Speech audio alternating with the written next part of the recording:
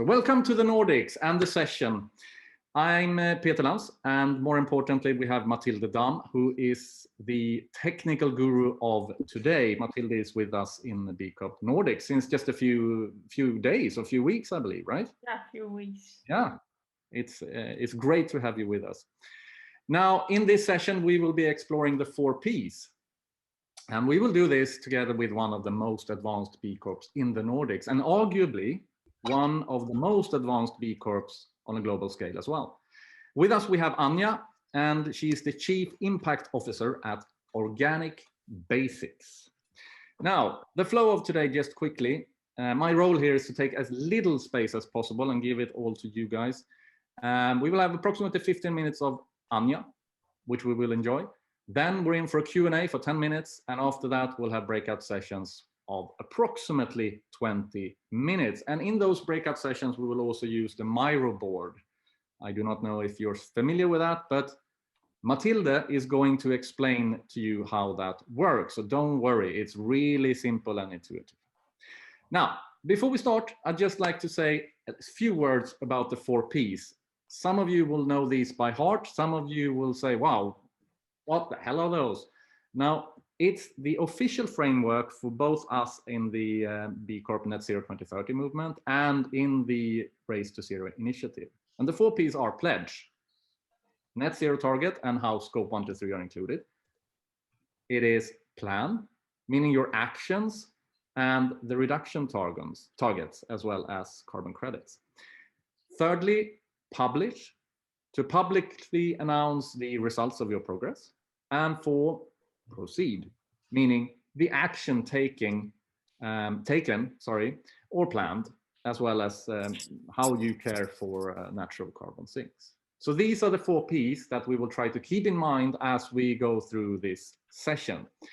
Enough talking. Anja, big pleasure to have you here.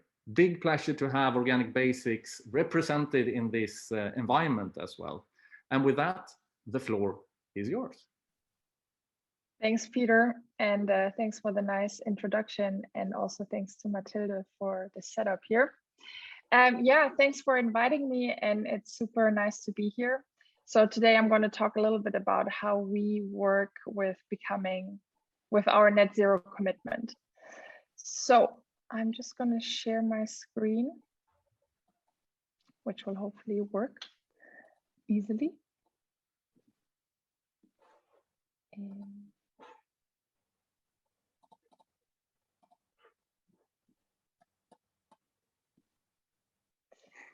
All right.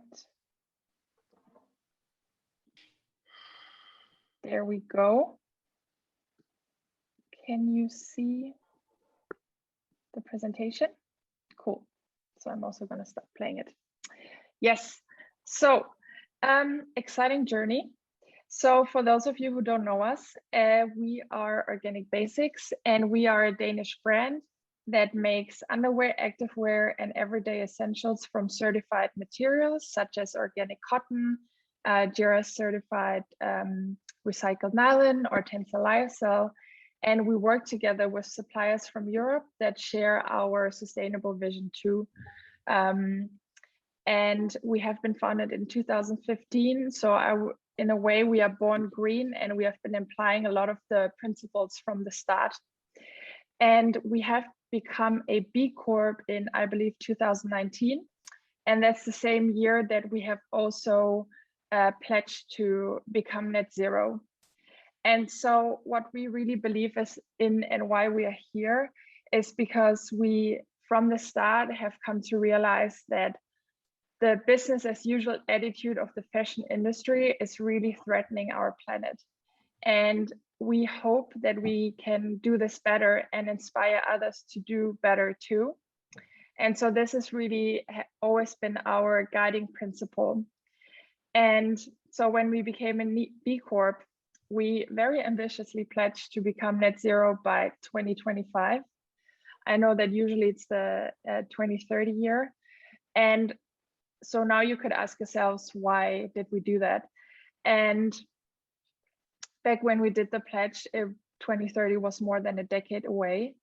And we really believe that in order for us to be successful with climate action, we need to take action today. We can't really wait. So we really created a bit more of an ambitious target for us to be able to feel this urgency today.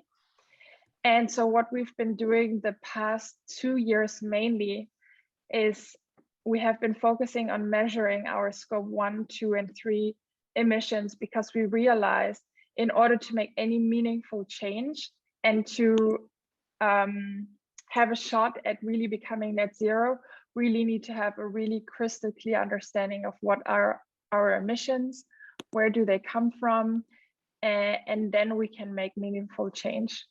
So last year we calculated our emissions according to the greenhouse gas protocol and got it certified through a third party that is also helping us to find meaningful offsets, and where we have become part of the UN Climate Neutral Now initiative. And so what we realized here is that we're a brand that's pretty young. We're around 50 employees. So we already had quite a good idea that our scope 1 and scope 2 emissions, so everything that is directly in our control, will be very small. We have a headquarters in Copenhagen. That's the only office that we have. We have one company car, and otherwise we are very lucky, that people are able to use their bikes and public transport. And so we already had quite a good idea that scope 1 and scope 2 emissions will be very low. But when we quantified it, it was actually quite shocking how low it is compared to scope 3. So as you can see from the slide, that nearly all of our emissions are from scope 3, and so also mainly focused in our supply chain. So that's why we also kind of felt validated to have a bit of a sooner goal, because it will mean that we will have to work with our suppliers very, very closely together in order to lower our emissions. So that could be something like partnering together with suppliers to for them to invest into solar energy, so their factories can run on renewable energy only. It can be something finding out how we can partner with a transportation company that is run, for example, on electric vehicles. So many things have been coming up from us measuring our emissions. And we have decided to publish our report and our results in what we call our yearly impact report. So every year we draw up roughly our supply chain, and you can see how many emissions are created in each step of the supply chain. So it's also very transparent where our hotspots are, and where we believe that then is the next step to find out where can we reduce this and how can we reduce it. And so these impact reports are accessible on our website. So then we can also, with this year's impact report, really easily compare how our carbon emissions have changed from 2020. And what we do now is that we are taking active action across our entire supply chain, and we really hope to inspire others to do the same. So one of the things that we did last year is that our tech team has developed a low impact website. So we are deciding to highlight different parts of our behavior where we are creating carbon emissions. And one of them was our website behavior. So what this website is doing is that, for example, when you get there, it doesn't load images right away. You would have to request it when you want to see how a product looks on a model. And with implementing these different principles, what happened is that we have managed to reduce the footprint of this low impact website by approximately 70% compared to our normal website. And now we've been using these learnings in order to improve our current website, where we still have most of the traffic. So that has been one of the action points that we have been taking. Another one is that we are actively integrating circularity into our business model. So our design and production team has always done a really great job at applying design principles, for example, by integrating recycled materials into our product offering. And this year we launched our new denim that was designed in accordance with guidelines from the Ellen MacArthur Foundation to make sure that we apply recognized circular principles into the design of our products. An example would be that these products are made from 100% organic cotton.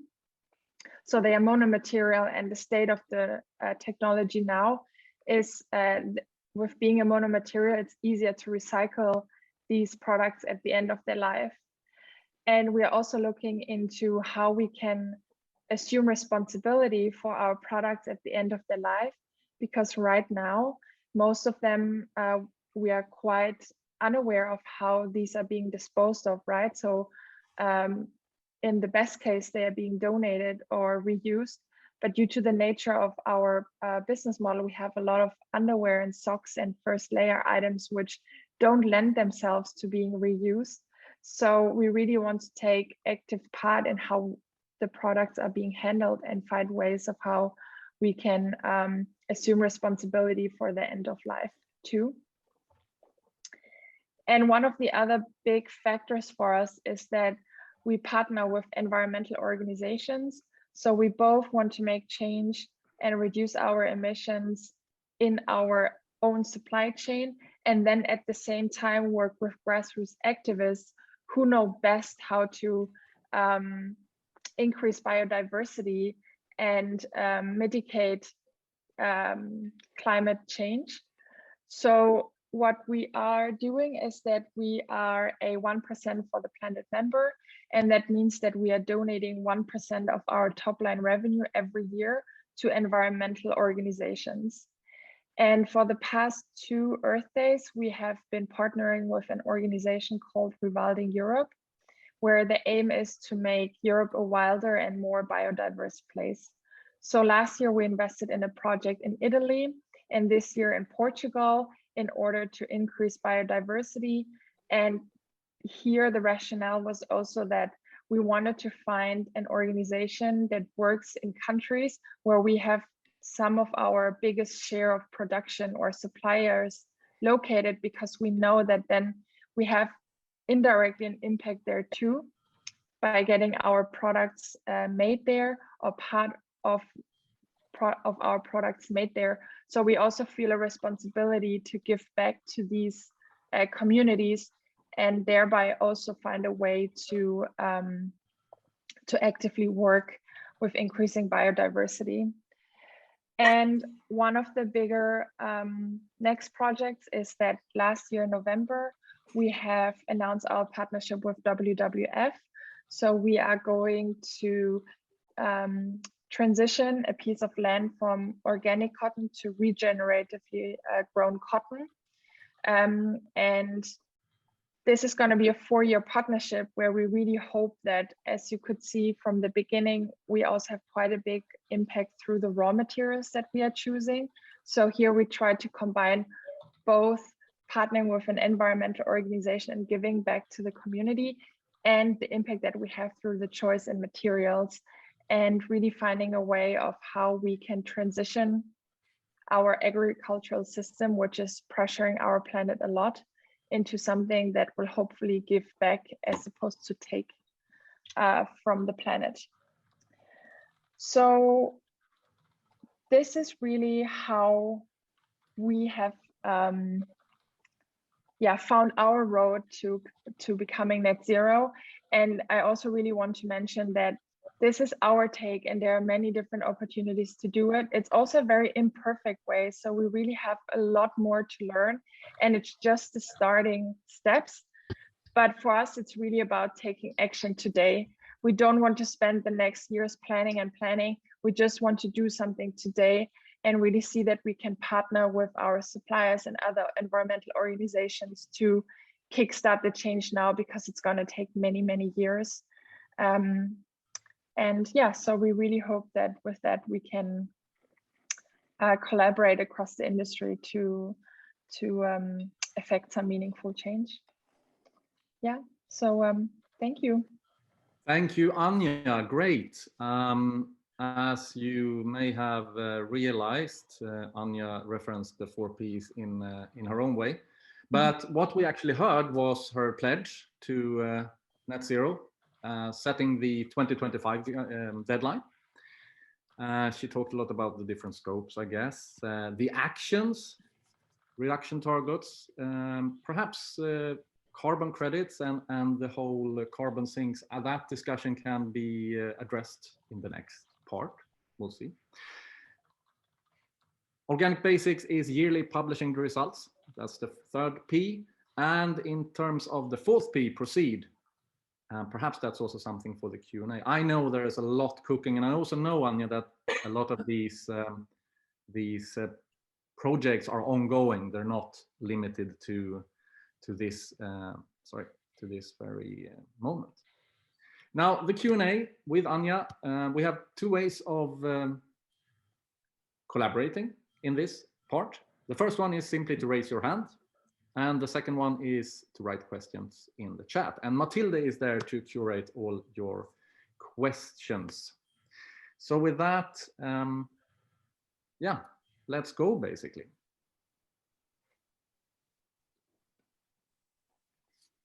Who has a question? We have something in the chat. Who initiates the changes that you just presented in your company? And how do you make sure that it's not only designated roles to take action? And what about the ownership for these changes towards being more sustainable? There's a lot of questions in here, but let's start. Who initiates the changes, Anja? Yeah, super great questions. And I would say that roughly everybody has an opportunity to initiate change. Everybody who has an idea is really encouraged to speak up and come with these ideas to our leadership team. And I would say that we have been very lucky that because we have been born sustainable, it has always been part of people's roles to apply sustainability into their daily role. And we really foster this more decentralized of working with sustainability. And one of the big things that we have implemented is that we have made carbon emissions one of our core KPI. So the same way that you would track maybe revenue or sales goals, we also track how our carbon emissions are progressing. And it's been part of different teams to then have a KPI connected to carbon emissions too. So that's one of the ways that we have been trying to make sure that change can be initiated from everybody in the company, and they also feel a sense of ownership in the change. And then, for example, the low impact website was then something that was born out of the tech team. So I was basically not involved in that. It was entirely their idea and their thing to see through. Perfect, good. I hope, Katarina, that was a good answer to your questions. Next one is part of the Pandora's box, as I tend to call it, which is scope 3. What do we do here? Is it just emission rights, or do we actually address it? So the question is, are your scope 3 suppliers open to sharing the greenhouse gas equivalence information with you as a company? Yes, so it's I would say again, we were very, very lucky in the suppliers that we have been choosing. So for us, it's really always a requirement that the suppliers we work with are aligned with what we are doing. So we are very open about the fact that we are calculating our emissions. And so when we, for example, think about initiating a supplier relationship, we have a whole questionnaire that we send out beforehand that they have to fill in certain information so that we can then make an analysis, a very holistic analysis from, the product team, supply chain related topics and sustainability related topics, that we already know if they are tracking the carbon emissions or not, if they are open to sharing this information, so that it actually becomes part of our evaluation of supplier relationships. Right, okay. Dee, thank you for your question. Next up is Nicole, you mentioned that through the development of the low impact website, you saved 75% of the emissions. Could you elaborate on this? Yes. So elaborating on how we have. Yeah, exactly. So how much does the website, for example, how much does that emit? And the second part of this is, what was the overall share of your Scope 3 emissions? But let's start with the website, perhaps then. Yes. Do you have any fresh data? I can see a lot of, almost none of you guys have camera on, which is perfect. That's the way to go. So Anya, take it away with the website. Yes. So what we did is that we have these, like the manifesto with these 10 principles. And so some of the data from last year was that our online store created around 45 tons of carbon emissions. And so I would have to calculate the overall share of Scope 3 emissions. But that's not a problem to do if somebody is really interested in the specific data. But it has more impact than you would imagine. And so we really implemented these different guidelines, something like the images aren't loaded beforehand. You really need to request them, or there are no videos that are being displayed on the low impact website. So we did a bit of an analysis around what are the heavy parts of the website that generate the most emissions, and then found a way to either cut these out or reduce them. And so, yeah, that's kind of how we went about it. And how did the customers react? This is interesting, because one would think that, wow, there are no pictures. What will happen? Now, I'll never order from these guys. Or what was the reaction from your customers? Yes, so there was also a big question that we asked ourselves, and I'd say we've been having a lot of positive feedback from our customers. I also believe that you can still choose whether you want to shop on the general website or not. But if you go on our main website on the landing page, you can click going on the low impact website. And so I believe that maybe as a new customer who has never heard of Organic Basics, it will be harder to navigate that low impact website. However, if you're reordering things, you already know what they look like or what you want.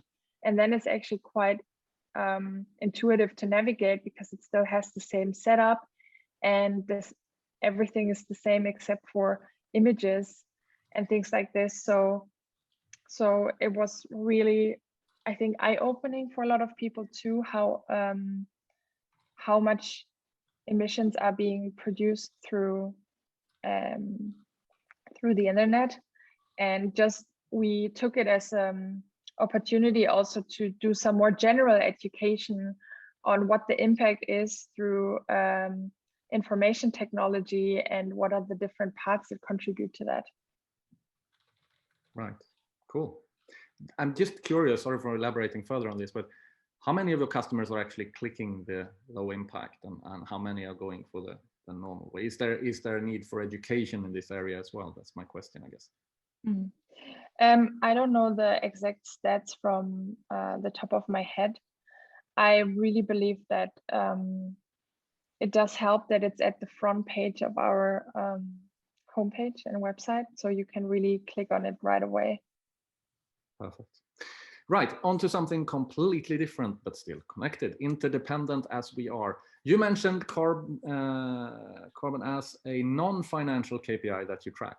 Do you have other non-financial KPIs apart from carbon? Yes, we do. And this is where really the B impact assessment has been helping us a lot to draw out some of the different KPIs in a more structured way. So we have a few KPIs connected to our customers, such as the Net Promoter Score. We also have some people-related KPIs around like employee well-being and engagement. And this is where really the impact assessment was super nice to go through and see which of the KPIs are worth tracking. Perfect. Right, with that, as time is ticking, perhaps we enter the breakout sessions. And Matilda, you Yes. are the tech guru of this session, so I kindly request your help in this area. I Yes. believe that we will sort out the people in small groups of maybe 4 to 5 people, but you will handle that. Yeah, before taking you out to the breakout rooms, I will just introduce you to Miro. So I just shared a link in the chat. So everyone, if you click on the Miro link, you will come to the website. And I think you may not need to log in. If you need to log in, just create a user and then it will just let you in. You don't have to go to your email and all that. It will just let you in. But it should be easy to just go in. Then I will share my screen. So when you enter this, you need to zoom out and go to your right. There you will find the organic basics area. Exactly. So if you see my screen, you will see that you can zoom in and out for forever. And I can already see now there is a lot of guests here.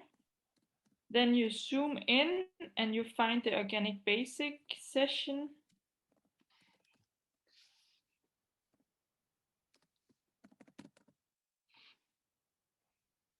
And then you can zoom in, find the organic basic room 1 if you're in breakout room 1, 2 if you are in breakout room 2, which you will figure out just in a minute when I put you to breakout rooms.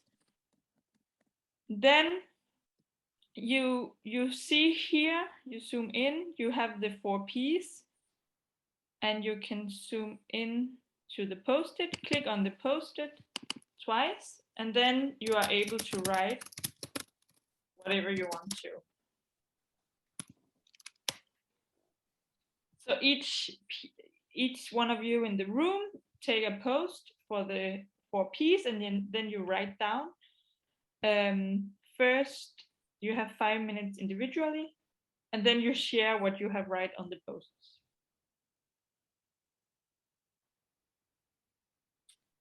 I love that you gave them 1 minute more. It was initially 4, but let's do it 5. It's still very, very strict on time, I believe. So I hope this makes sense. Yeah, and also you can see that all the participants in I think that's from the other sessions, they are also online, but that doesn't matter. So you just follow the link I shared with you, go in here, and then, yeah, talk in the room. So I think, please, you can chat if it doesn't make sense, but else I will just take you to breakout rooms, right, Peter? Or do we have anything else to add? No, that's perfect. Go, go, go. Cool. Welcome back. I hope that as many as possible of you enjoyed the Miro board. It was new to me. I'm very happy to have Matilda here to guide. A bit complex, yes. Bit complex, but if we do this a few more times in a few more sessions, I believe it will be very useful. We don't really have time for a summary, but I would like to extend a great thank you to Anja for being here, and to all the participants in this session. And well, with that, I guess I will just put my last slide up here, which looks like that. Thank you. And I hope to see you very soon again. Thank you for participating, and enjoy the rest of your day, and enjoy the following of the B Corp Global Climate Summit. Thank you, guys. See you soon. Bye-bye. Thank you so much. Bye.